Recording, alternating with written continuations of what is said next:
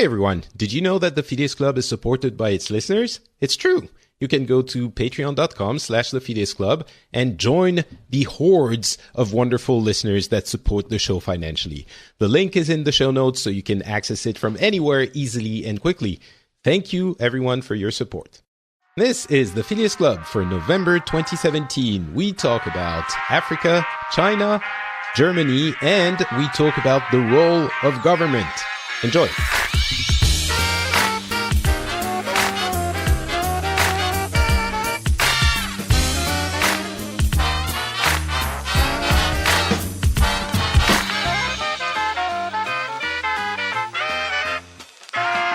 Hello everyone, and welcome back to the Phileas Club. This is a show where we get people from different parts of the world, different cultures, different backgrounds, and we get together and discuss what's been happening in the news in the past month or so. My name is Beja, and today I have a wonderful panel of different people from different parts of the world, as the show demands. First, let me welcome back, after a long absence, Eric Olander, who is now in Shanghai. How's it going, sir? Wonderful. It's great to be back on the show and to talk with everybody, and I'm really looking forward to our discussion. So you have a very specific area of expertise. You know China very well, of course, and you also know Africa, which is going to make this episode really interesting because things have been happening there in the country of Africa, it's particularly right? relevant this week of all weeks with what's been going on in Zimbabwe. But I have been hosting the China and Africa podcast now for 8 years, and the China Africa Project blog, Twitter feed, and almost 500,000 folks on LinkedIn who are following our discussions about China Africa. So, so great timing this week for a show like this. I'm very, very curious to hear what you'll have to say about China's influence in what's been happening in Zimbabwe. And talking about Zimbabwe, we also have Tafadswa joining us from Zimbabwe. And I'm really glad we can get you on because, as we were hinting at, there are some things happening there. How's it going? I think everything's going well. Everyone's excited. I mean, it's just a different environment from a week ago, or even more different than a week before that. So, I mean, it's like a period of immense change. And so we're watching to see what happens and you know what the new direction looks like. Yeah. So we're going to talk about this. I will mention we had a special about Zimbabwe a couple of months ago, and we had Bongai on the show, and we mentioned at the beginning of the show that we weren't going to talk about the political climate because it was hazardous to discuss these things at the time, and now I'm sure Bongai would have spoken, as would I. But it wasn't as bad as people said. I mean, unless you were saying something pretty bad, people just left. Right. So we'll get into that, but I'm happy that we can talk about all of this a little bit more freely. You'll notice that there is no turkey on the show today. I would have loved to be able to discuss what's been happening in Saudi Arabia.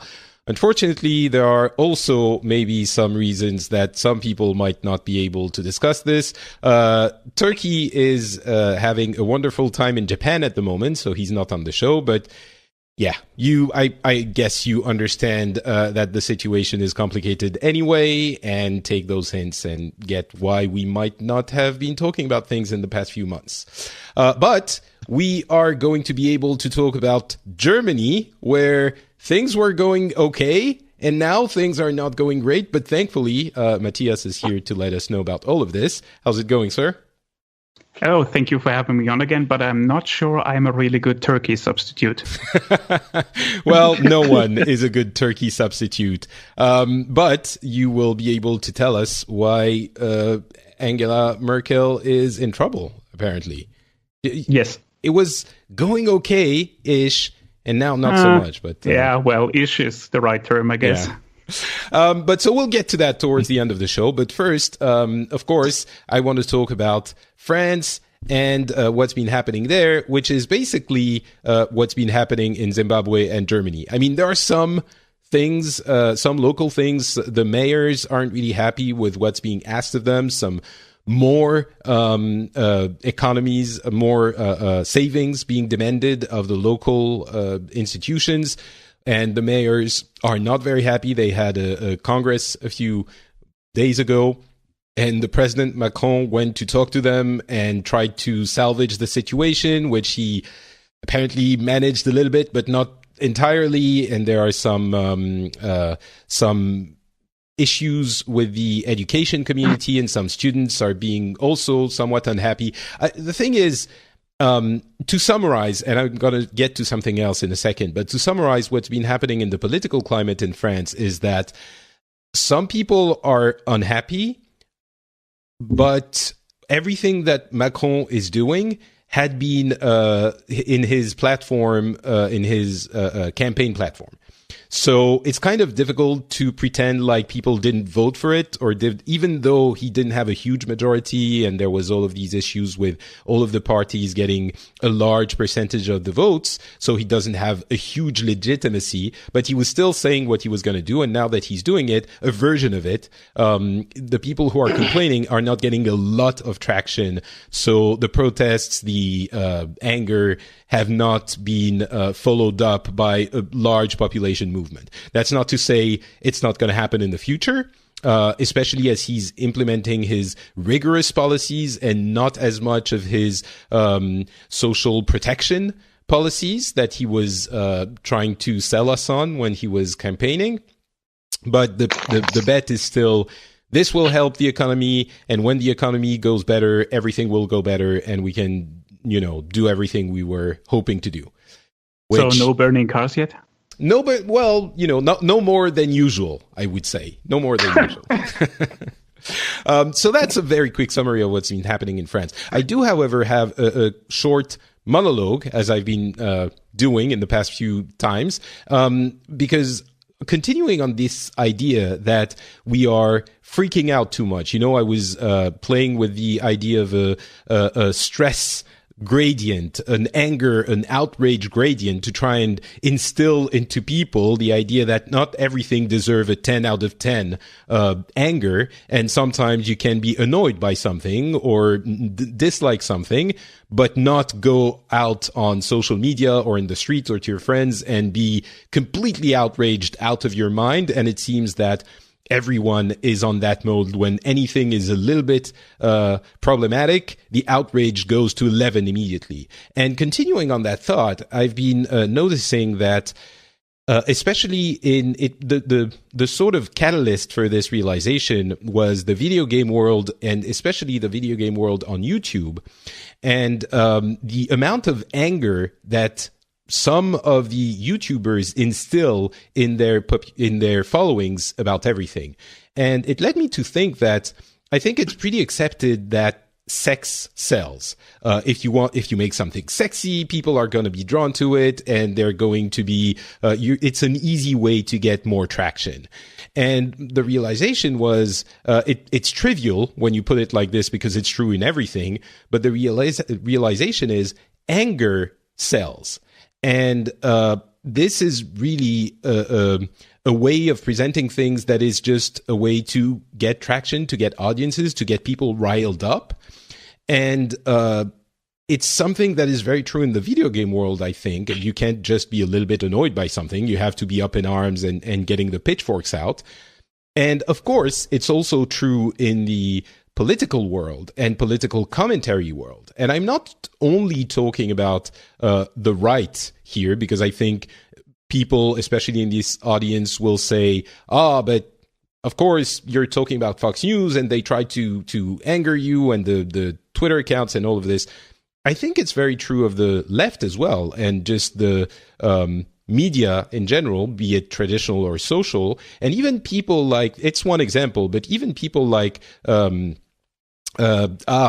Oliver, what's his John Oliver. John Oliver, thank you. Even John Oliver, whose work I really enjoy, and I think he's pointing out things very cleverly very often. I think it's important to realize, consciously or not, he is trying to make people angry. And of course, you're going to have InfoWars, which is the most obvious and outrageous example of this. It's completely, over the top and quite frankly, very silly. But this is an extreme of a phenomenon that I think we're seeing everywhere. And that fact that anger sells is very important to realize. And when you are at least aware of that this is what's happening, I think you're maybe a little bit less likely to fall prey to that technique, because it's just a commercial, that's what it is. It's a commercial technique to get people engaged, angry, and an easy audience that's going to mob up and carry your message. So yeah, anger sells is my new hashtag, and I think it's an important one, just like sex sells. So I don't know if you guys have any thing to add to this, but anger sells. Yeah, no, I tend to agree with that. I mean, I've noticed that, and obviously, say 2-3 months ago, I was wondering why in our country that doesn't work. I mean, people just don't get angry. I mean, no matter what happened, they maybe in sporadically get angry, but never. So because I mean, it's something that if the economy is gone, everything's gone, and people have lost their pensions, and they still don't get angry. So I've seen it in other countries. Where but what the danger with anger is that you divide things and you can never achieve anything with the division. And I think that's the one thing that you have to be careful with when you do get the power and you've divided people. You can't reach across the aisle, and because remember everyone's still angry at each other, right? So I think that's certainly where we as Americans are right now. More and more we're segregating ourselves to one side or the other. More and more we living only with people who are like us. More and more our algorithms are segregating our feeds, so that the point is that we're only seeing information that Facebook and the various algorithms think that we want to see. There's very little diversity of opinion. And what I find interesting as an American now, there's this new routine that we often have to go through when we first meet somebody. So I was taking a flight the other day, and I sat next to an American guy on my way to Bangkok. And, the first thing we're doing is kind of just sensing which side of the fence are you on? and you're probing each other a little bit just to kind of say, are you a Trump guy? Are you not a Trump guy? Are you from California? Are you from Nebraska? And putting all these little code words together to figure out who am I talking to? And is this going to be a hostile conversation, a short conversation, or are we going to actually agree?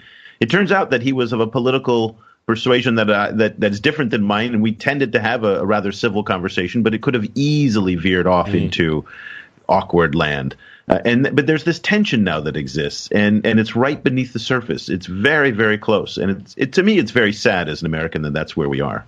And I think anger plays a big role in it, because I think sometimes anger is definitely needed, as you were saying, Tafadswa, but anger is needed, but if you're always angry, then anger loses its value. And on top of that, you kind of lose perspective on things, and you can't judge situations correctly, because you're judging them from a very emotional standpoint as opposed to a rational standpoint. So you don't get a good view on things. But so anyway, I don't want to do the entire show on anger, but really that, beyond the fact that we're angry, for me, what was striking in that it was in practice in the loot boxes debate that has been happening in the video game industry, whether or not you agree that those are an issue, there were a few YouTubers that were very, I call them anger mongers. It's really they're peddling anger as a currency to get views and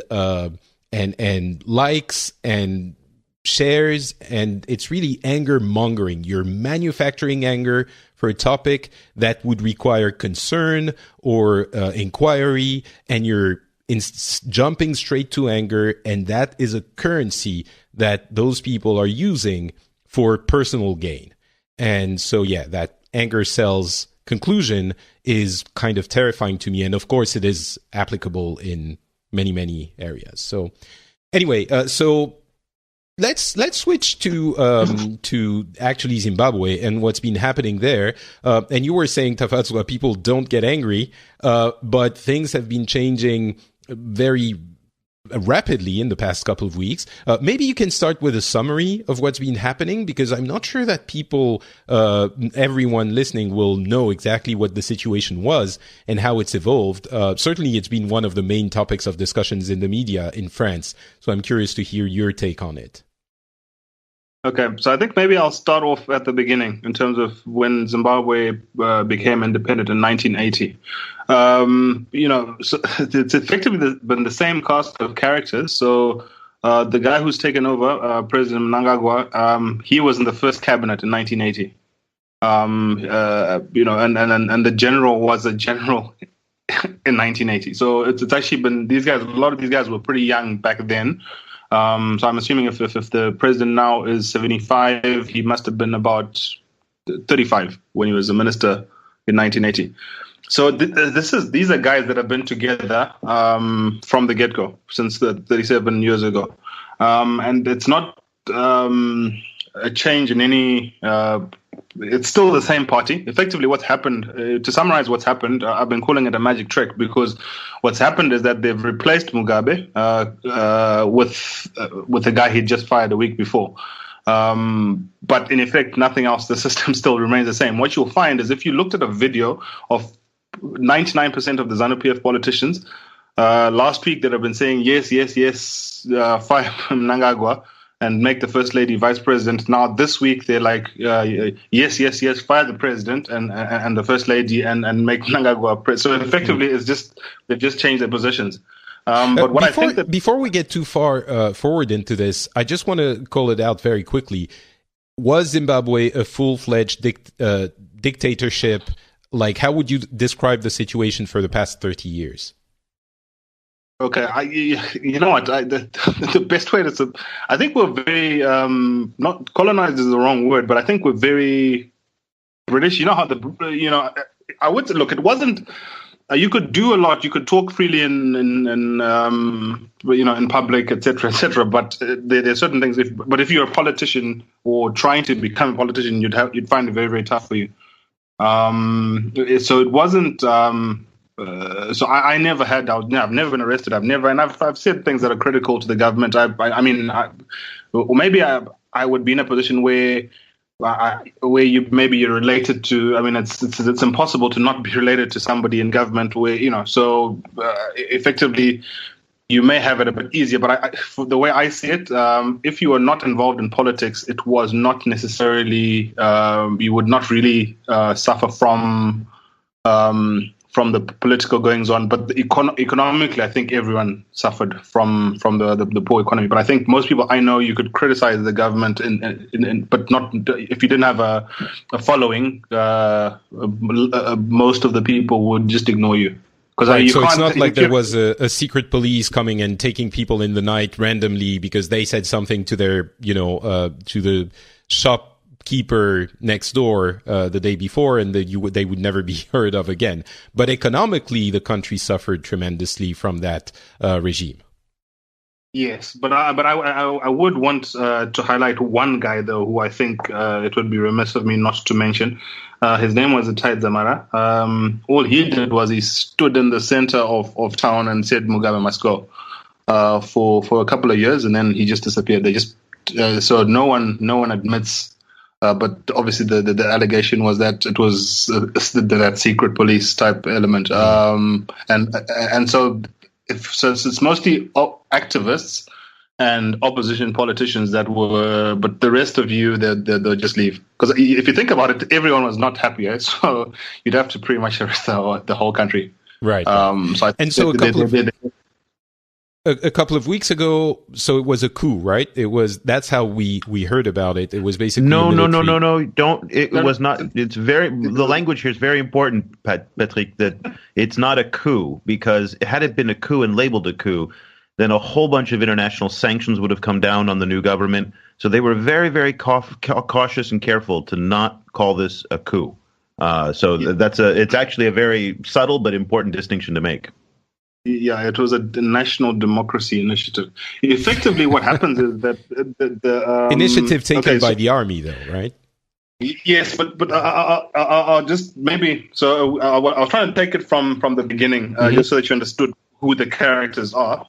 So that in terms of the general, the former vice president, who's now the president, and the president, who I think are the three key characters in this. So what happens was.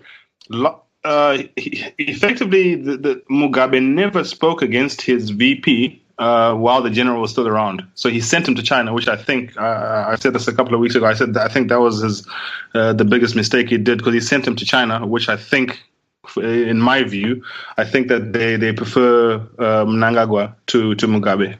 That's my belief, just from various information I've had.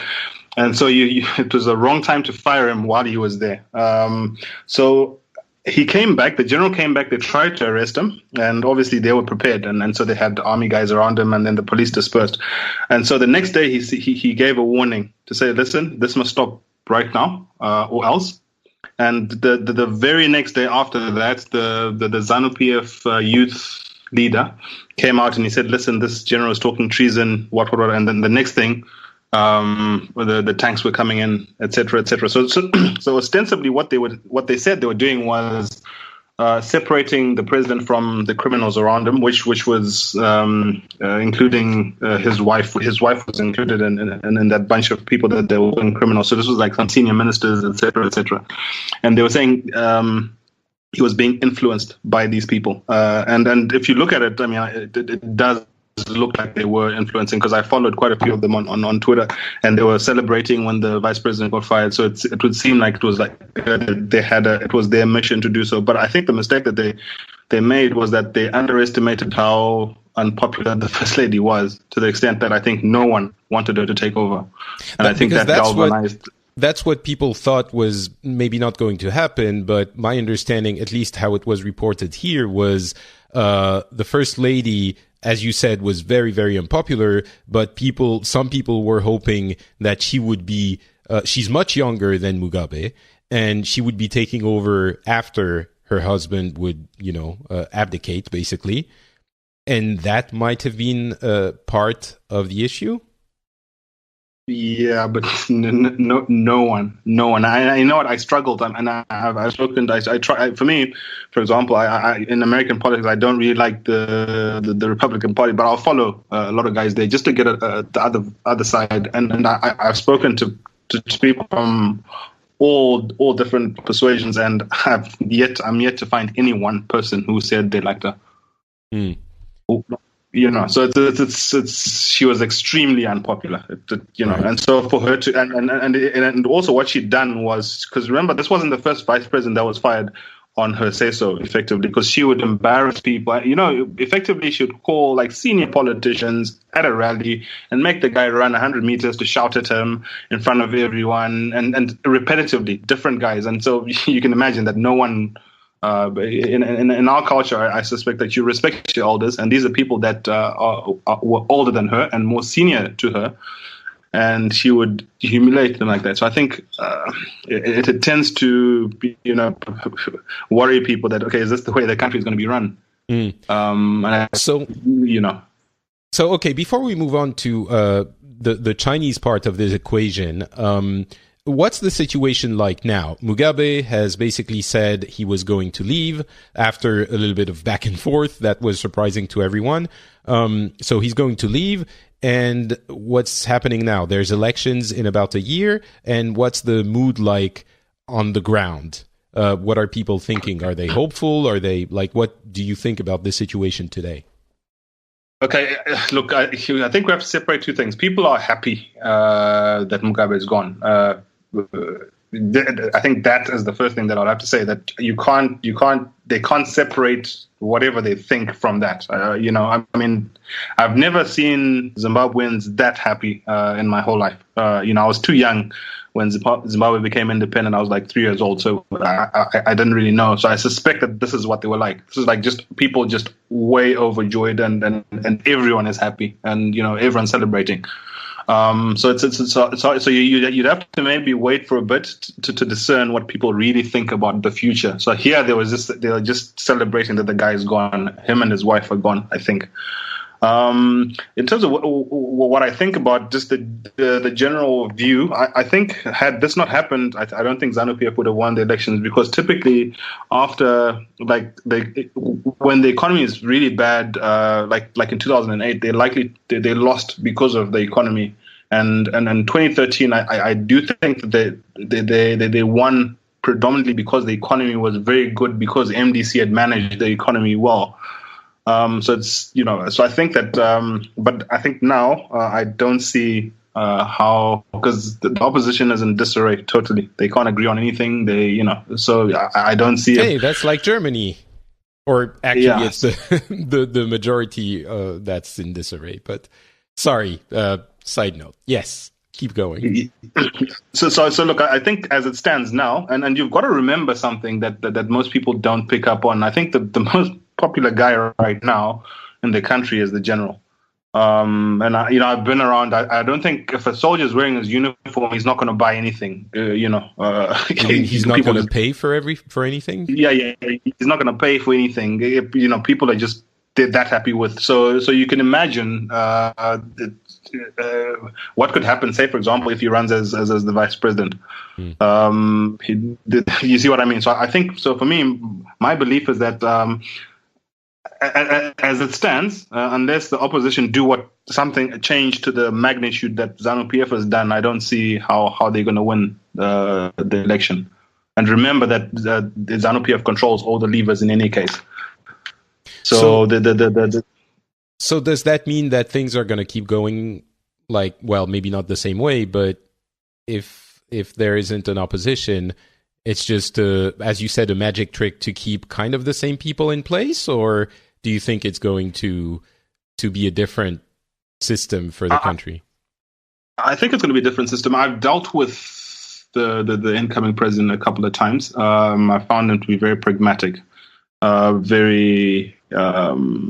he's an execution guy in terms of if things need to get done. They get done. He's very professional.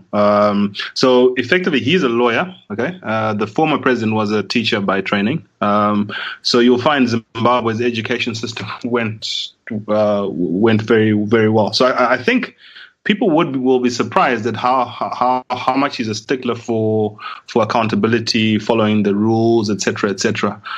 And I think that he's got good relationships across the board. That's just look. I don't know everyone, but across the board, people. In fact, most people were. So if it was ZANU-PF, he's the guy they'd like to have there. Compared to the other guys. So I think it's one of those that I think people are. For me, I think he'll run the economy well. He's not a utopian like the previous president. This one is a very pragmatic guy, and I think he'll do what needs to be done to fix it. And I think for himself, he'd like to also create a legacy for himself, I think. Okay. All right. So let's turn now to Eric with the Chinese involvement in all of this. And I mean, I'll let you talk about this. You can do it better than I can. Well, this was significant, and it's hard to overstate China's importance in Zimbabwe. It dates back to the 1960s when China and Mao Zedong supported the revolutionaries. A lot of the current leadership, from President Mnangagwa and to General Chiwenga, all trained in China, so they have deep relationships that extend back decades. Can I just button there? I've noticed that the international press and whatever struggles with the guy's name. It's Mnangagwa. So Mnangagwa. Thank you. I appreciate that. And so they date back a long time. And so what made the events of the past week so interesting, of course, were the visit to Beijing 1 week before. And one has to wonder what happened during that visit. And nobody really knows. And there's an enormous amount of speculation that's out there. A lot of it is false, that China was somehow involved, that China somehow orchestrated, that China somehow even may have given a blessing to this. We don't actually know what the Chinese said, if this was discussed, or to what extent it was discussed. Most analysts believe that Chiwenga, when he went, the army commander, when he came to Beijing, he did probably notify them. There is some reports that the military also notified the U.S. embassy as well. And so, but what's interesting is I don't think 10 years ago, Chiwenga would have gone to Beijing. They said that this was an already scheduled trip, and it was just part of the normal state-to-state relations that China and Zimbabwe have. But 10, 15 years ago, had an overthrow of this nature been planned, as it seems it was, because this was a very organized operation, They might have gone to London. They might have gone to Washington. Maybe Brussels. They certainly wouldn't have gone to Beijing. So from my vantage point, this was significant. This was significant in a number of different ways, even though Zimbabwe strategically for the Chinese is absolutely meaningless. This is not a geopolitically important country for the Chinese. Sure, it's got diamonds. Sure, it's got tobacco. It has some resources and minerals, but nothing really that the Chinese can't find elsewhere. What was significant, though, from my point of view watching this, was again the idea that Chiwenga went to Beijing. He still kept the schedule. He then most likely informed the Chinese of this. And the fact that the Chinese did not vocally oppose it was also very significant, because the Chinese government is not a government that endorses regime change. That's an American thing for the most part, or it used to be. And the lack of any American presence in this discussion is also absolutely fascinating, that increasingly the Trump administration, which is a continuity of the Obama administration, are just disengaged from Africa, and they're just not relevant. So a lot of things happened here. And the fact that the Chinese are going to be a key player in the economic development going forward, most likely Britain as well, will be significant. So how involved is China in all of this? I'll ask you, Eric. In all of this, I really mean Zimbabwe, but Africa in general. And maybe you can give us a couple of examples, because we sort of hear tangentially that they're involved, but we don't know to what extent. And then I'll go back for a conclusion with Tafadswa to ask if you feel that that involvement in day-to-day, life. But first, Eric. Okay. So China is not involved in Africa. China is the most important player in Africa today for the continent. There's $220 billion of bilateral trade, particularly for Zimbabwe. 74% of all FDI into Zimbabwe comes from the Chinese. China is the top export market. $4 billion of aid investment coming in 2016. China is even going to be building the new parliament building in Harare. So the idea that is China involved in Africa, we're long past that. The question is now is China's engagement in Africa, is it constructive? Some people say yes, some people say no. You can see exactly what you want in the China relationship. You can sit here, and we've talked about this in the past, where you can sit here and say it's the worst thing that's ever happened to Africa, and in many ways you'd be right. And at the same time, you can say it is by far the best thing that's ever happened to Africa, and you would absolutely be right as well.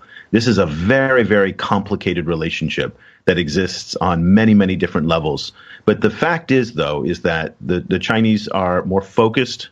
In fact, just today, the Djibouti president is in Beijing meeting with Xi Jinping. And one of the things that you'll see is that even tiny little countries like Djibouti, although they're geopolitically very important, they get face-to-face time with the Chinese president. When, dozens of African leaders went to Washington 2 years ago, they sat in a group with Obama. Right. And it shows you the difference in the attention that the Chinese are paying in Africa compared to, say, other countries as well. But for the most part, Europe's influence on the continent is declining rapidly. The United States is just missing in action. The United States still doesn't have an Assistant Secretary of State for African Affairs, so we have nobody in the State Department who's overseeing Africa strategy. And this is China's moment in many ways in a place like Africa. So, Tafadswa, do you feel that influence every day, or is it more of a... No, he's absolutely spot on. And I travel a lot through Africa, and I see it everywhere. It's not just Zimbabwe; it's everywhere. Kenya, Uganda, Ghana, anywhere you go, you see the influence. It's not very clear. What form does it take? I guess practically. Okay, I'll give you examples. Okay, if there's a project, okay, so for example, they're doing a hydroelectric extension for Kariba, which is like a power generation for hydroelectric. And so what they do is they always bring. So if they're not just going to lend you money, you have to buy from them. And then their guys have to do the installation, and they leave you. So the guys I've spoken to, they leave you with no hire. So you still need them back to actually to maintain the installations and yes. So it's not. And you know what? We'll start because before Zimbabwe is not a huge country that these things are not they're not easily perceptible. But you start to see a lot of Chinese people. There's the Chinatown. There's like a mall that they've just done that's Chinese and a Chinese speak, and that's where they mostly go to. You'll see restaurants that were never there before. I mean, there were Chinese guys before, but there wasn't that many of them. But now you can see that there's a lot of them now. So look, for me, it's something that you're uncomfortable with because I don't really know their culture well enough. I sort of read about it, and but whereas if it's like a British guy, I mean, I wrote British exams in school. My teachers were from the UK, so it's something that I'm a lot more comfortable with. And so what happens is you have to try and understand if your wariness of them is not because it's culturally foreign to you, as opposed to it being better or worse. But I think in a lot of respects, our cultures are similar. Even because I was thinking about it to say, what's likely to happen in Zimbabwe now is that it's going to be economically much better, but then politically probably more along. So if the opposition wins, it's probably an American UK type of democracy. If ZANU-PF stays in charge, it's more a Chinese type of democracy. So I think it's it's one of those you'd have to ask yourself honestly if you're not just scared of them because you don't understand them. But what I know for sure is that I've got a brother right now. Previously, he would have gone to a British or American university, but he's in China. So people are starting to realize that, listen, you're better off learning in China, learning Chinese, because I think that's where the money is going to. And I suspect that, look, America is going to get overtaken at some point in maybe 2030 economically. Yes, it won't be as nice as America, but once it's bigger economically, I think that's where we're going to have to start looking towards. Okay. Yeah, what really struck me was what you said in the beginning, which is they lend you the money, but they build the infrastructure and they bring the know-how and don't transfer it to the local population. Yeah, but that's actually not entirely true, unfortunately. Okay. A lot of those are anecdotal. Yeah, well, in the sense of people misunderstanding the Chinese infrastructure deals. Right. So a lot of people, first of all, there is this misperception that they bring over their own labor, which is actually not true. That's just it's a deeply, deeply embedded myth and researchers from top universities, from McKinsey, have moved up and down the continent, and they've found no evidence of that. 80 to 90% of all the staff on Chinese construction projects are local hires. Engineering, senior talent, project managers are brought in for those types of projects. So they're building 5 aviation universities. They're training hundreds of rail workers in Kenya and Ethiopia to go to China. So there's not a uniformity and consistency in how they do it, but there's certainly not. It's not accurate to say that they don't train people behind. That hasn't been the case. Okay, but maybe if I can just jump in there. The point I was trying to make was that I'm not. We could say it is anecdotal because I'm taking specific examples where I know people that are involved or who are managing the project. But effectively, I think part of the problem is that there's likely to be a language barrier. So there'll be 2 sets of people. In all these, because just communication may be a problem. So I think it starts to be a little bit cliquey, and I think that's where I was going with it. Sure. Yeah, no, that's definitely true. Communication is difficult. There's no doubt. But you're seeing the Chinese transform Africa in terms of infrastructure. They have a kind of a GSD. It can't swear on the show. It's a family show, right, Patrick? So it's a get stuff done, a get stuff done type of attitude. Whereas the United States and Europeans will have 55,000 pages of regulations to implement any type of development initiative. You'll see railroads are being built, ports are being built, telecom networks are being built up and down the continent. And that's interesting. But here's the interesting point here right now, and this is the key thing, is so many people are worried about China's growing presence and influence in Africa, when the real worry is that China loses interest in Africa. And there is a lot of evidence now that indicates that the Chinese are actually losing interest in Africa. There's now the number of Chinese who are living on the continent is declining. People are going back to China and to other markets. The amount of trade has gone down precipitously in the past 2 or 3 years. The amount of investment is going down. And that's in part because 10, 15 years ago, when China first came to Africa, they didn't have as many options on where they could invest around the world. They couldn't get into the U.S. market. Europe was much more difficult. They didn't have initiatives like the One Belt, One Road. So the bigger problem facing Africa today is actually not that the Chinese are going to become too important or too big or invest too much money. The bigger concern is they're going to leave. Maybe they're going to start diversifying their investments. They do more trade now with Latin America than they do with Africa. So is that something? A lot of times? I was going to go to Tafadswa to ask if that perspective all of a sudden becomes something that you can see happening in the future. China divesting their interests in Africa and going elsewhere. Isn't that more worrisome all of a sudden? You know what? It depends on which way you look at it. I get the fact that capital goes where it gets the best return and best security. So they're getting Latin America is quite developed in terms of the markets, etc., etc. So it would make sense. But I suspect that long term, Africa has more upside. I think. No, but my question is more like from the ground. You, as a Zimbabwean citizen and African citizen, if you look at the influence of China, maybe some people look at it and think, there's some form of colonialism or some kind of interest seeking from China. But if we flip it, as Eric was saying, and we think, well, let's imagine that tomorrow, I'm just going to go to extreme just for the sake of argument.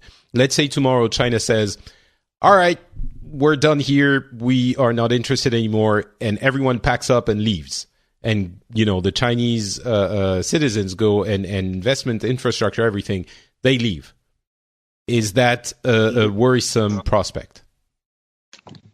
Yeah, it would be. I mean, obviously, if you lose investment, you're taking steps backwards. So, unless you can replace it with, but I'm assuming that you can't. I'm assuming that they're scaling back. They can't take back what they've already invested. Of course. Scaling back, not investing anymore. But for me, I would say that that's probably also an indictment on African leadership, because if you have so much upside, you should be able to demonstrate that it's safe for people investing, and they can have so much growth, because the growth potential is because of the lack of development means that you are going to grow much faster. Of course. So if you can't market that, I think it's not really. I wouldn't blame the Chinese for that. They've got to take their money where it serves them best. But I'll then ask myself, why is it that they're pulling their money and putting it in more developed markets? Why can't you provide the same security that the developed markets do? All right. Let's spend a little bit of time on China specifically, because there are a couple of topics you wanted to talk about, Eric. And I mean, there's Tencent breaking the $500 billion value, stock market value on one hand. And I mean, what's happening there in China? Yeah, this is all part of the past few weeks. A few things have happened, and when you asked me kind of what we should talk about on the show, and Zimbabwe is very much a part of this. Just as I said, I think it's significant that Chiwenga went to Beijing, and that was a moment. We've also had a couple other key moments over the past month here, which are, very, very important, and things that in Europe and the United States, they just don't pay attention. They just don't get it. So the 18th Party Congress came and went, and that is basically the most important political event in China, where Xi Jinping consolidated his power, and he's now the strongest Chinese leader really since the Mao era. And that's incredible because he's now atop the second largest economy in the world the second largest navy in the world, one of the largest militaries. And this, to have one person with that much power is really fascinating right now, particularly as the United States is such a divided country and such a dysfunctional government in many ways. So then we had the Trump visit, and really the sense of the Trump visit was that China's arrived. China kind of sat toe-to-toe with Trump for the first time in a Sino-U.S. summit and felt as an equal. And the Americans didn't come here and lecture the Chinese. They didn't come and make human rights demands. They didn't exact any concessions out of the Chinese. Nothing. He gave nothing up. So Xi Jinping really owned the visit in so many ways. And then on top of that, we had the first Chinese company to make the $500 billion valuation club, which is significant. And so you kind of stack all of these events in just 1 month, back to back to back. And you get this sense that there's something is going on. This is a very, very important moment in history right now that we're seeing unfold in front of us. And I think the Chinese were very, very surprised to see the decline of the United States as fast as it's happening right now. And they were expecting the United States' power to diminish over decades. And here we're seeing it diminish right in front of our eyes. And they're grabbing the opportunity with both hands. It's sort of remarkable to see. I have to. Oh, go ahead, Matthias. Quick question, because you mentioned the Xi Jinping-Trump discussion. So is it more an issue of Xi Jinping being so strong or Trump being so weak, in your opinion? It's a little bit of both. They know that, they're very, very tuned in with U.S. politics. They know that Trump is under investigation. They know that he's got a divided Congress. They know that he's only governing to about 36% of the country. They are very, very tuned into who his constituencies are. So a lot of the deals are done to support his constituencies. They're really flattering him in many ways. And at the same time, Xi Jinping is the opposite. He's sitting on top of a united government. He has all of the power.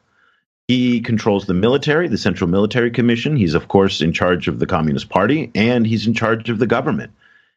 So they're in very different situations right now. And it is absolutely fascinating. Also, there's this idea now that the Chinese are trying to capture the industries of the future.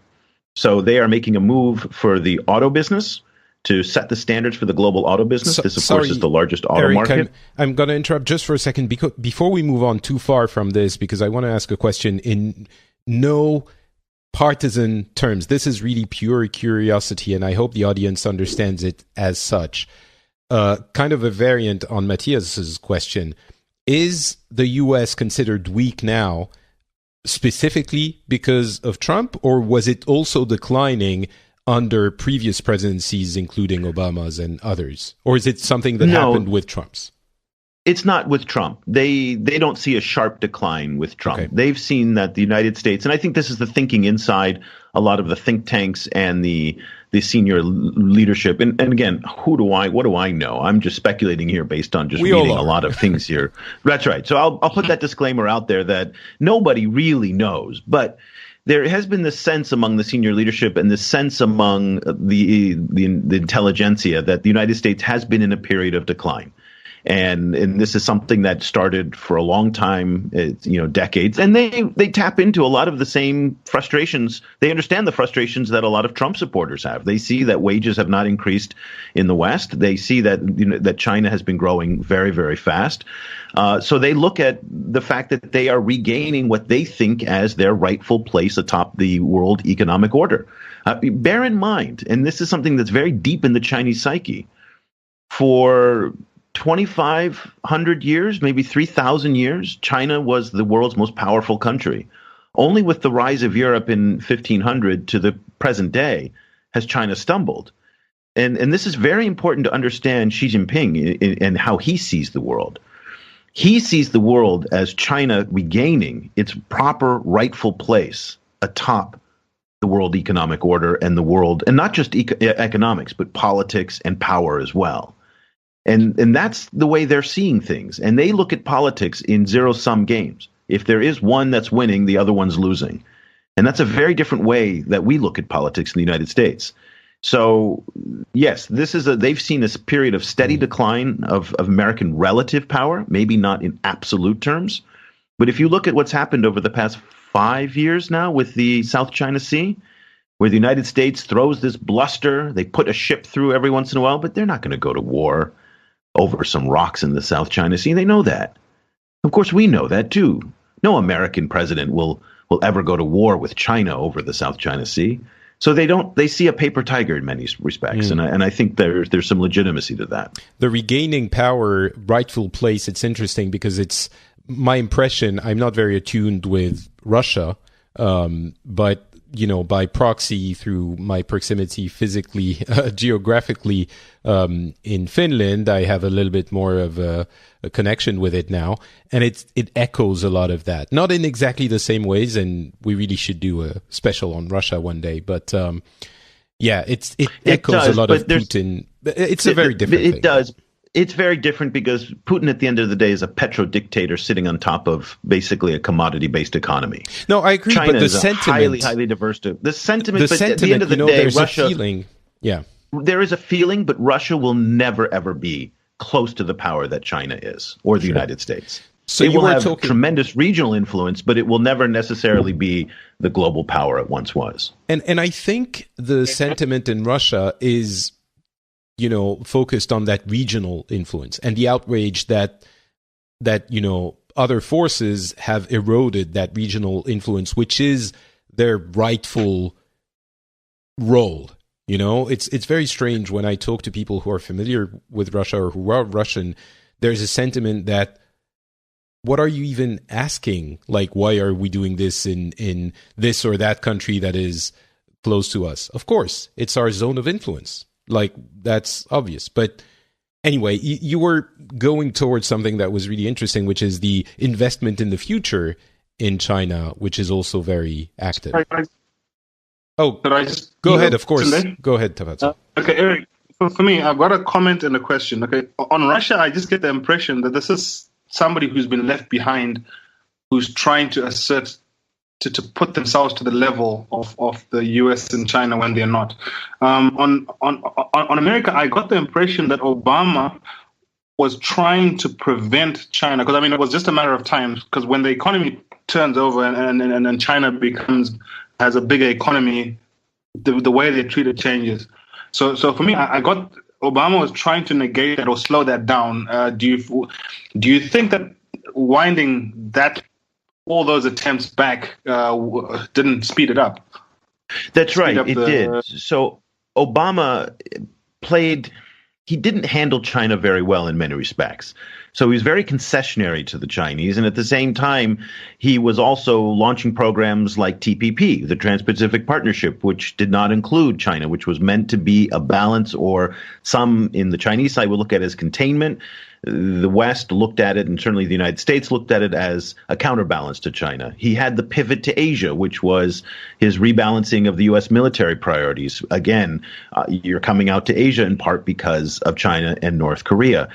He did not support the Chinese, and he really pressured American partners from joining the Asian Infrastructure Bank, which is the Chinese equivalent to the World Bank in many respects. So he was very, very aggressive in pushing against the Chinese and trying to kind of slow down the Chinese ascent, if anything. And in the end, he wasn't successful at all. We can see now the Asian Infrastructure Investment Bank has most of America's partners, including the British, the Japanese, a number of different countries that are aligned with the United States are partners with it. TPP now is in ruins, and the pivot to Asia was really just nothing.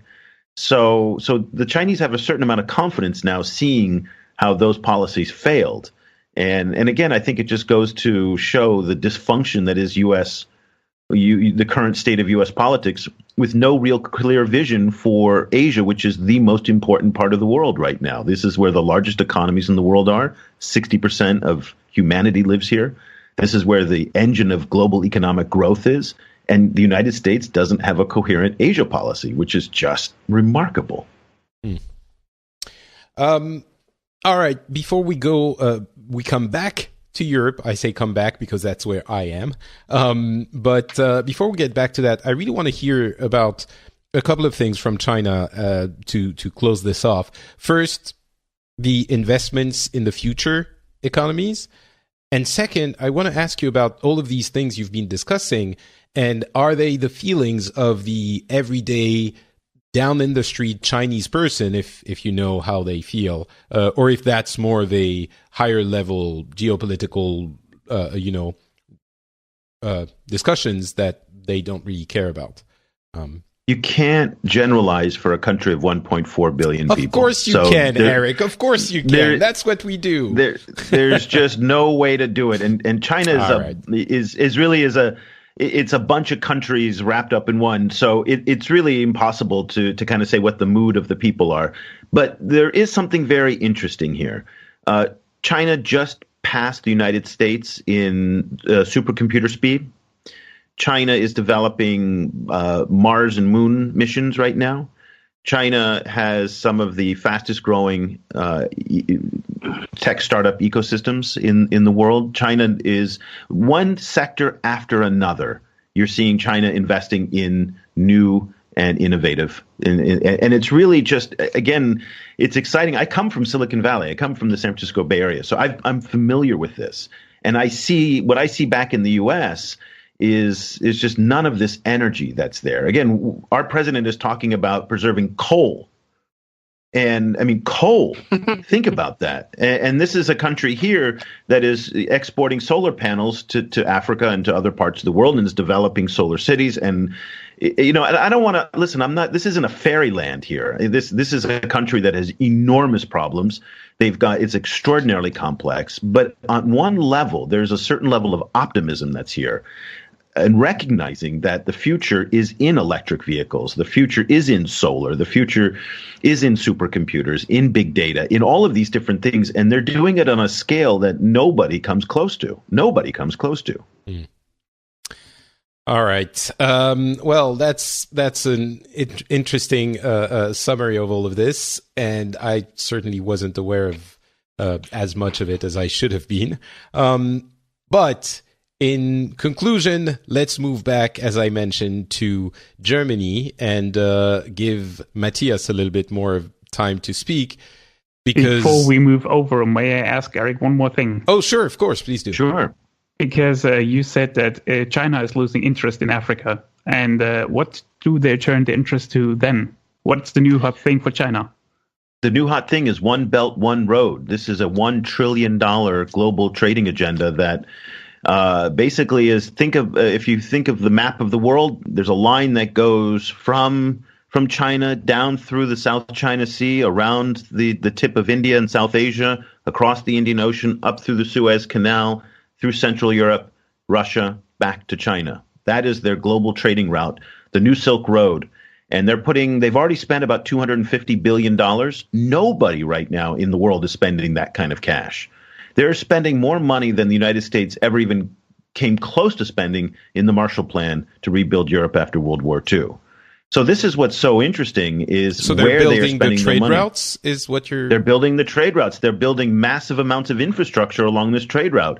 So what we're seeing in Kenya and Ethiopia is new rail lines, new ports in the port of Mombasa, big investment in the Suez Canal, rail lines through Central Asia, airports, data networks, huge fiber optic networks that China Telecom is stringing around the world right now to facilitate this. So that's where the money is going. And the Chinese are turning down their investment in European and American debt because they don't feel they're getting the return on that investment. They're overexposed in American debt. So this is potentially very, very dangerous for American mortgage consumers, because we're going to pay higher mortgages if the Chinese don't buy our debt. And so that just forces the Americans to put up their interest rates, Europeans as well, because they're investing in infrastructure in places like Africa, South America, and in South Asia, where they think they'll get a better return on their investment. And I notice one thing, and I also have a question. The one thing is, of course, the new Silk Road doesn't include the U.S., but I'm guessing that's because the trading with the U.S. is already established and kind of easy to maintain. And my question would be, again, going back to the actual people in the street, do they have a perception of that One Belt, One Road initiative? Like, is it used as a I want to say propaganda, but maybe not propaganda. Oh, yeah. It's not a. Oh, no, it is right propaganda. Okay. Absolutely. Right. This is the country. In this country, propaganda is not a bad word, actually. That's one of the funny things here. So, but it is absolutely, it's called Ilu Idai, which is one belt, one road, and you see it everywhere. So it is very much, this is the vision of the future. It's a global trading initiative. And it's a big, and the guy on the street, you know what? He doesn't really care. Just as like the guy on the street in Germany doesn't care and the guy on the street in New York doesn't care. Well, no, but I mean, there are, for example, in Germany, I'm sure many people on the street are concerned about the government not being able to form. So I'm wondering if in China, they care about that. Well, they don't care. They have a very different relationship with politics here than they do in Germany, in part because this is not a democracy. Right. So the guy on the street has no say in what ultimately happens in Beijing. That said, if you look at public opinion of Xi Jinping, it actually runs pretty high. There's a lot of hostility towards local governments, but people look to the central government as being a source of stability. So it's kind of the opposite as in the United States, where we look at our local government and say, oh, they're great, but that Washington, those are bums. So it's really the inverse in many respects. So for the most part, public opinion towards the central government tends to be rather consistent and not too bad, in part because the central government invests huge amounts of money in propaganda and controls the media quite tightly. But that's nothing new here in China. All right. I think, well, obviously we could talk about all of this forever, as I often say, but we are going to move on. Matthias, what the hell is happening in your country and why are you guys breaking Europe? I have no idea why this is all happening. Well, actually, it's all our fault. So it's basically also my fault because we voted the way we did. But just a small preface before I start this whole thing. The whole issue is very complicated and it has a lot of different layers. But since explaining this would take way too long, I'm just going to break it down and simplifying a bit. But if you have any questions or don't understand anything, just jump in and ask to clarify. Also, if we have listeners from Germany or people familiar with the matter, they might notice that I'm skipping some stuff for the sake of brevity, and I'm not going to bore you with the intricacies of German politics. So please excuse if I'm skipping stuff. So, well, as I mentioned last time I was on the show, the election in September left us with a bit of a mess, basically, when it comes to forming a new government, because the parties that are sitting now in government are there are more parties than ever, and the distribution of the seats within parliament only left us with two possible coalition options that could actually get a majority. So one of these options was the so-called Jamaica coalition, which is nicknamed, as you might remember, after the colors associated with the different parties. And these four parties are the CDU, the party of Angela Merkel, the CSU, the sister party of the CDU, the Free Liberals, and the Green Party. So shortly after the election, these four parties started talks to see if they could find some common ground. And as everyone expected, this turned out to be very difficult since the parties have vast differences in their respective important policy fields. So, for example, when it comes to environment, the energy sector, or, even the refugee crisis, or especially the refugee crisis aspect.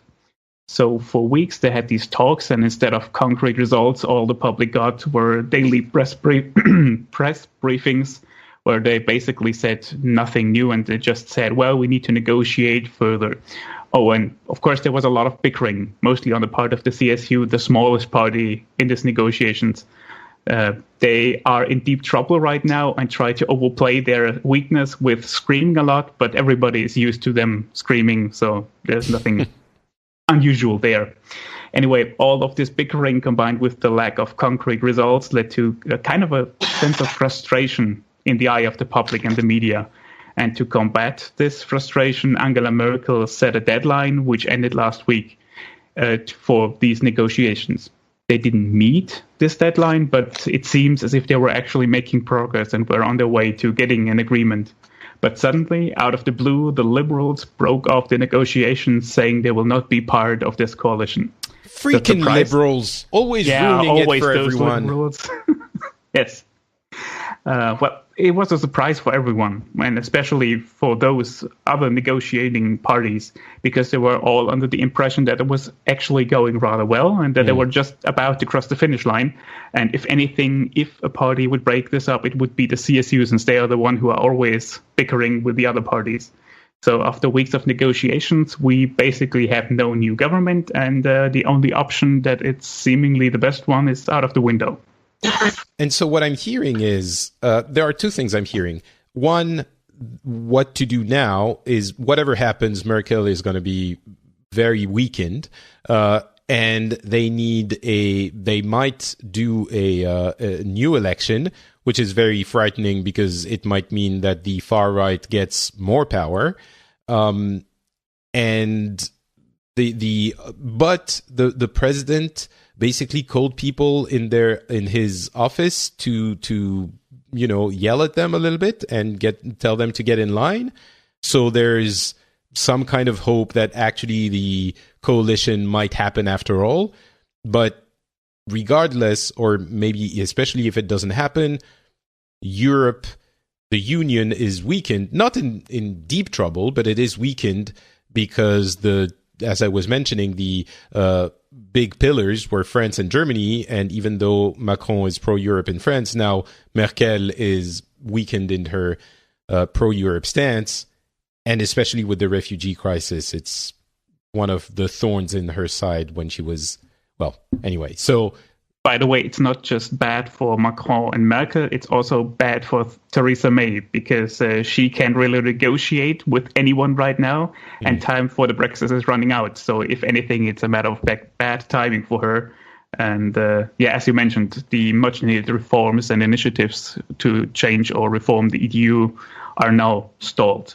But basically, we have three different solutions for this mess right now. So the first one would be that the parties could form a minority government, which is tolerated by the other parties in the Bundestag.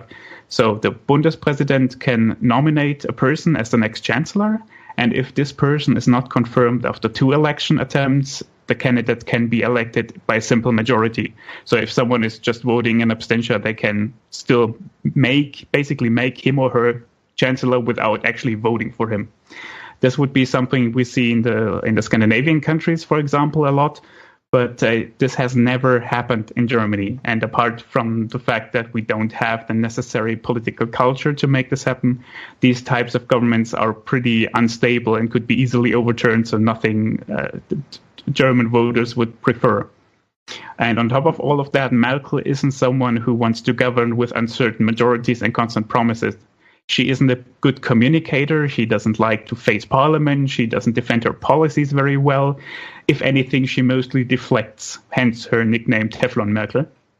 And I didn't know that. That's pretty good. It's interesting because in all of your discussion, you haven't mentioned the word migrants. And yet in what we're reading in a lot of the mainstream international press is that it was the migrant issue that gave rise to a lot of the opposition parties. Yeah. Immigration, well, the migrants, I mean, in Germany, which is obviously a key issue, and gave rise to the far right, AfD and whatnot. So I'm just curious: is the international media not getting the story right, according to your point of view, or are migrants really at the core of the issue for the opposition?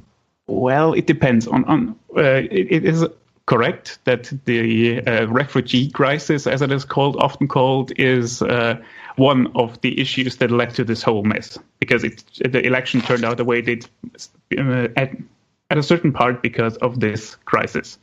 But for now, it's not really an issue because it has died down somewhat. There are not that many refugees coming into the country, and those who are here are getting processed. So they either get their application processed so they can stay, or they're being sent back. So it has died down a little bit. The issue is still one of the key points in the discussion between the parties for a coalition negotiation. But in the end, right now, it's not the hot topic, so to say, anymore. So I want to ask, actually, both of you, Tafadswa and Eric, if this is playing, as always, I ask if this is a matter that is being discussed in your countries. In France, definitely very much discussed, very much a concern. So I won't get more into it. I'm guessing in Zimbabwe you had other matters to worry about, and it's kind of far away anyway. And I'm curious about China as well. But Tafadswa, is it something people discuss? Look, I predominantly watch news. I mean, that's the only TV that I watch. So whether it's CNN, BBC, Sky, Al Jazeera, whatever. So it's something that you discuss amongst friends, but obviously it wasn't the top of our heads in terms of, but maybe 2 weeks ago we would have discussed it more. But right now, obviously, we had more pressing matters. Right. But it would be something that you discuss, even though it's so far away. It is, it makes the news, I guess. Yeah. I think the world is global now. I mean, there's nothing that you could discuss, and everyone hasn't really discussed it. Because I may not know the intricacies, but I'll know in general what's happening, but I suspect that's where the difference comes on how much or how deep is your knowledge, as opposed to, if it's not in your country, you'll know it less than if it's not in your region, but you'll still know about it. Right. So, for example, I'll know that what's his name, Kushner. He's having some issues with Mueller or whatever. It's because it's on the news, So I think you discuss it if there's no pressing national issues. Then, because I think right now people have just been in Zimbabwe. It's a party. It's been a party this week. I think you put it that way. A huge party. Yeah. Eric, what about China? Is it? No, not at all. I mean, China and the U.S. are very similar in the sense that they're such huge domestic markets, and there's so much going on domestically that they really don't pay much attention to international news for the most part. Of course, a certain degree of elites have it. I read the Chinese newspapers every day. There's some passing mention back on page C5 of a newspaper, or some, way down on something, but it's not a priority at all. I mean, for the most part, the average guy on the street doesn't really pay attention to that. So I guess that leads me to another question. Oh, Matthias, you wanted to add something? I just wanted to finish because... of course, sorry. Yeah, because the minority government is only one of the solutions that we could now... Yeah. Yeah. Okay. So, because the one that is the most likely is what we call the Grand Coalition. So it's the Conservative parties, the CDU, the CSU, and the Social Democrats. So basically the same thing we had the last 4 years. But the Social Democrats are a bit in a dilemma right now, because right after the elections, they publicly and very openly stated that they will not continue to be in a coalition with the Conservatives at all, and will instead move over into the opposition because they lost so many votes. So their party leader, Martin Schulz, has always been an opponent of this. So everyone is trying to persuade him, and especially the Bundespräsident, Frank-Walter Steinmeier, is trying to persuade him to now start talking about it. And it seems as if he is at least willing to talk about such an option, but maybe he will be forced to resign just to clear a path for this coalition options. But nevertheless, how likely is this to happen?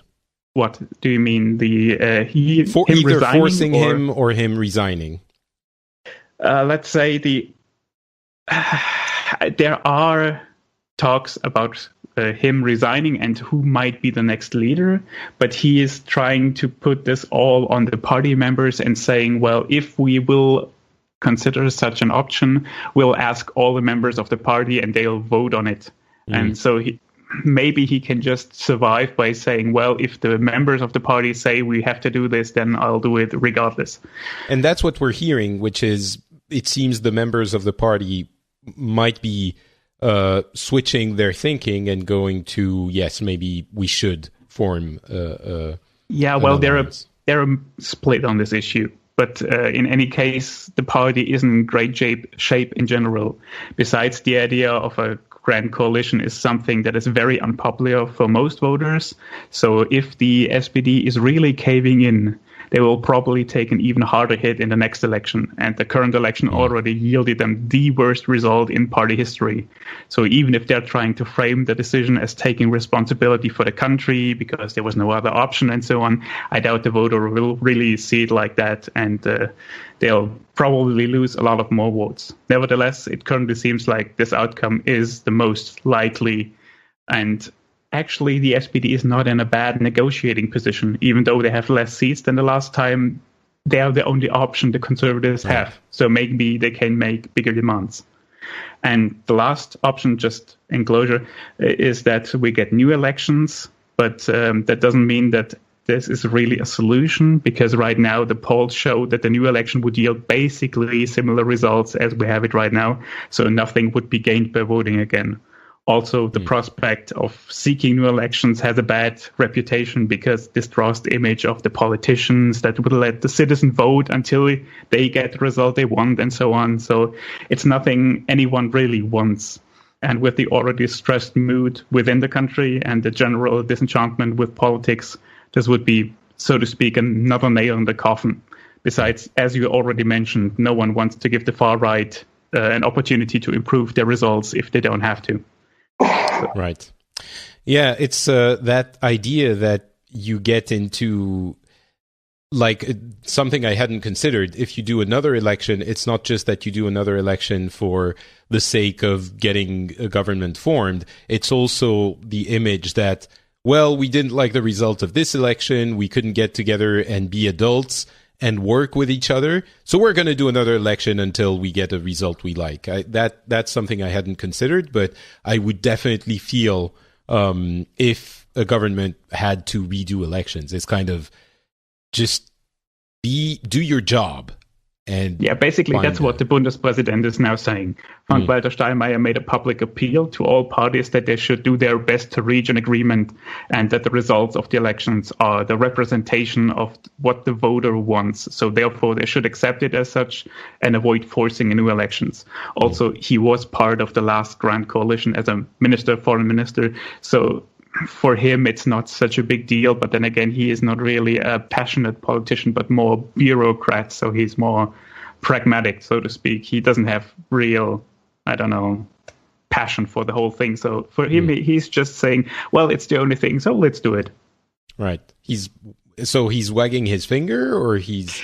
Well, he can't do anything really because he has no power to force them. But he has the moral status, institution that says, well, now you all get together and talk about this and we'll make this work somehow. So right. It's the teacher saying, basically, yeah. And he summoned the party leaders of the conservative parties and the SPD for next week for some talks, to maybe talk to them and convince them or lay the groundwork for a grand coalition, as it were. But nothing is decided. And again, he can't force them. If he puts up someone for election in parliament as the new chancellor, and he or she doesn't get enough votes after 3 attempts, he just dissolves the parliament and we get new elections. You know what I really hate about all of this and about all of these things happening in the different countries? I think there's a lot of people looking at this, people who are already, in the camp of, well, governments are crap and politicians don't know what they're doing. I think those people look at this and think, see, I told you, the government isn't good for anything. And that really depresses me, because it is so not the case. Being in government is not easy. Doing the government's work is not easy. And this is basically trying to talk your way out of situations, or to resolve by talking and by finding compromises, situations that would lead to, either social conflicts or civil wars. And of course, you're going to have some moments where it looks silly, and you want to tell the government, the public servants, to shake them and say, stop being a child and find a solution. But it feels very, actually childish to have the reaction governments suck. It's like the government has an impossible task in front of it. And I'm not saying they all do the best way. No. Okay, go ahead. That is, come on, that they have an impossible task. Governments, if you are 30 to 40% of the French population, the American population, the British who voted for Brexit, you've been steamrolled and government has done nothing for you.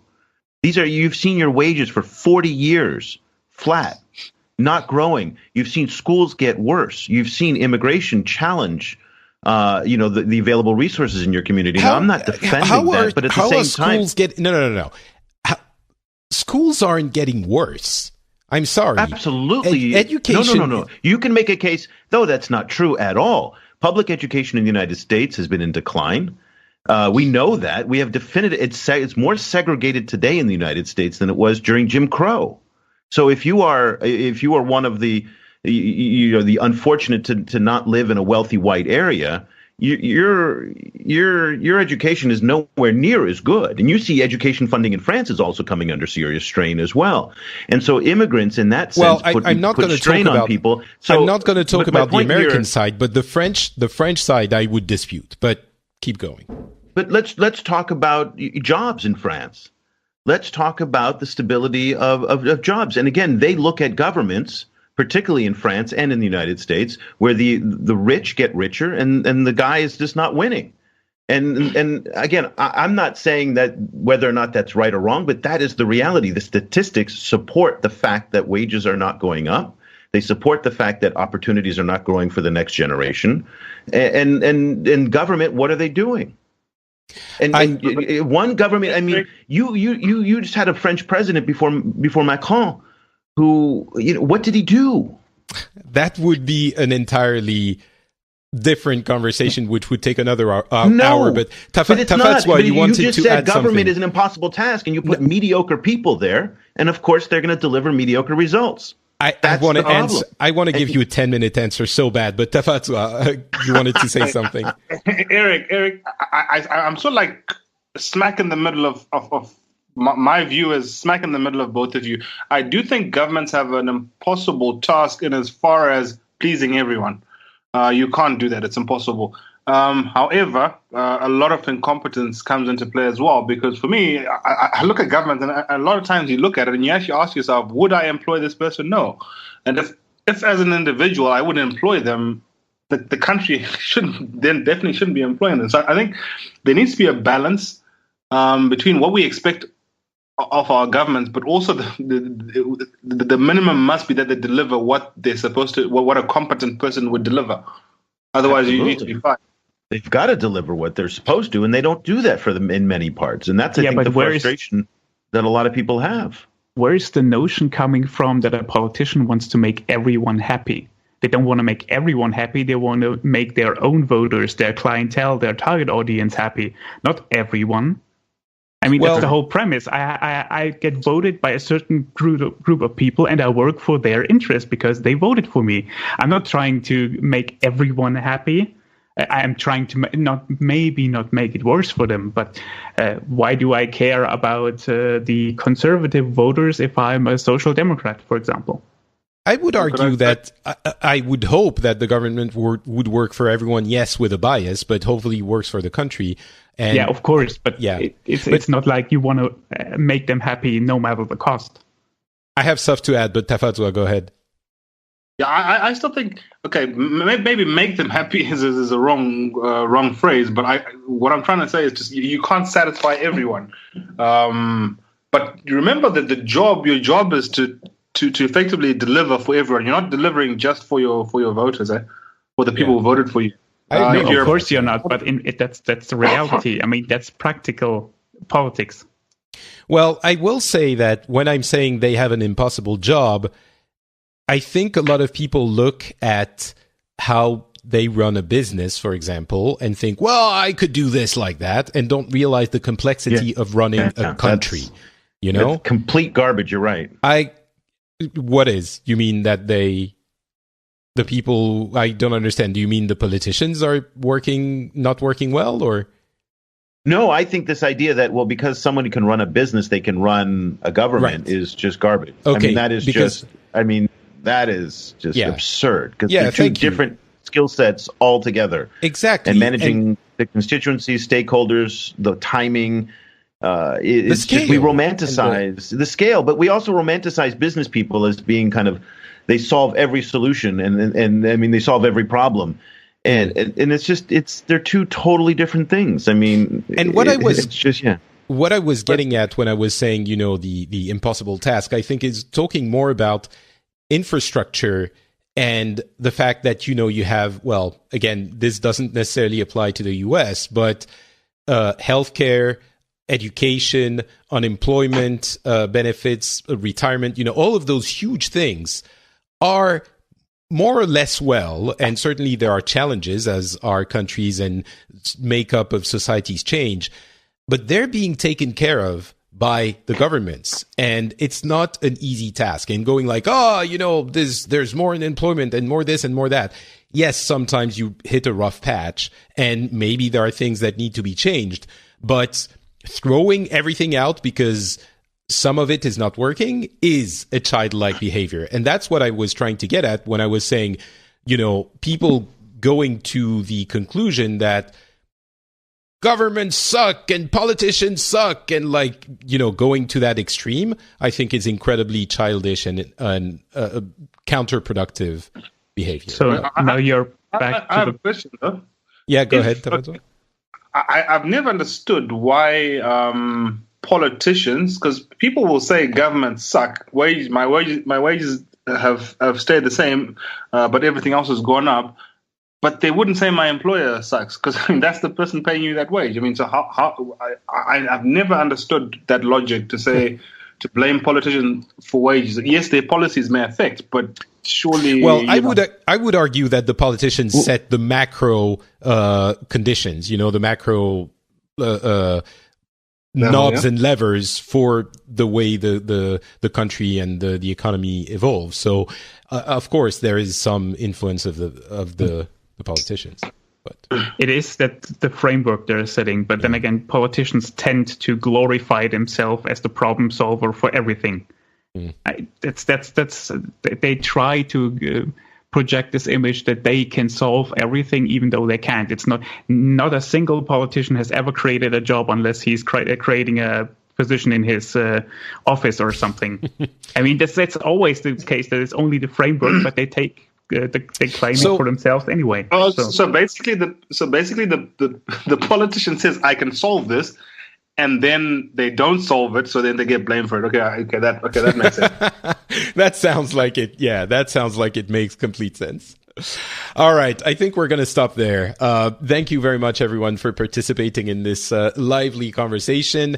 Before we leave, I do want to give everyone a chance to tell us where we can find them online, if they have some kind of online activity. And of course, I'm going to start with, I guess, Eric, China and Africa. You know your stuff. Yeah. Well, you can follow us. We have a discussion every week. In fact, this week's show is going to be on Zimbabwe, so I hope everybody joins us. We're interviewing folks from the South African Institute of International Affairs on all issues related to Zimbabwe. But you can find us at ChinaAfricaProject.com. Look me up on LinkedIn and follow me there. Also on Facebook at Facebook.com/ChinaAfricaProject. Excellent. Thank you very much. What about you, Matthias? You can find me on Twitter. The handle is @Matzekut, which will also be in the show notes. So if you want to talk more about this or tell me why I'm completely wrong or something, just hit me up there and strike up a conversation. Tafadswa, do you have, I think you have a Twitter account. I'm not sure, but... Yeah. Okay, I'm on Twitter, LinkedIn, Facebook. It's Tafadswa.Marere, all of them. Excellent. I'll link the Twitter account in the... Yeah, or at Tafadswa Marere. So it's just, you know my full name, so I think just use that. So if you go on any of them, I think you should be able to pick it up. Excellent. I'll have the link to the Twitter account in the show notes, of course. Okay. And for me, it's Not Patrick on Twitter and Facebook. You can also find the show at FrenchSpin.com. And if you want to help out, there are a couple of ways. You can go to iTunes and leave a review. That is always helpful, of course. iTunes or any other any other podcast catalog. But you can also, even more importantly, go to Patreon and support the show financially. That is, of course, the most helpful and efficient way of doing it. You just go to patreon.com/the Phileas Club. The link will be in the show notes. It takes a couple of minutes. You can subscribe for 1 or 2 episodes a month or however many you want, and stop the subscription whenever you want. It's completely your choice, and it helps the show tremendously. That's how I actually finance the production. So I would very much appreciate your support. If you think the show is interesting, provides some kind of value, be it entertainment or information or anything like that. And on that topic, I'd like to encourage you to go listen to the previous episode we did, which was a special entitled Life as a Woman. We actually had, I had 4 women on the show who just told us what they, what their experiences are in daily life. And, of course, their experiences with harassment and inequality. And we talked about a concept that Alison, one of our guests, discussed initially in her show, which is the idea of paper cuts, where the inequalities and the harassment isn't necessarily something that bludgeons you over the head every time, but it's paper cuts. And one paper cut is fine, but if you get multiple paper cuts every single day at work, I suspect you get tired of it, first of all, and then it does influence the way you behave every day. So we discussed this at length. It was a very challenging episode for me to do. I was trying to be as silent and respectful as I could and listen to what they had to say. I think ultimately we did a good job.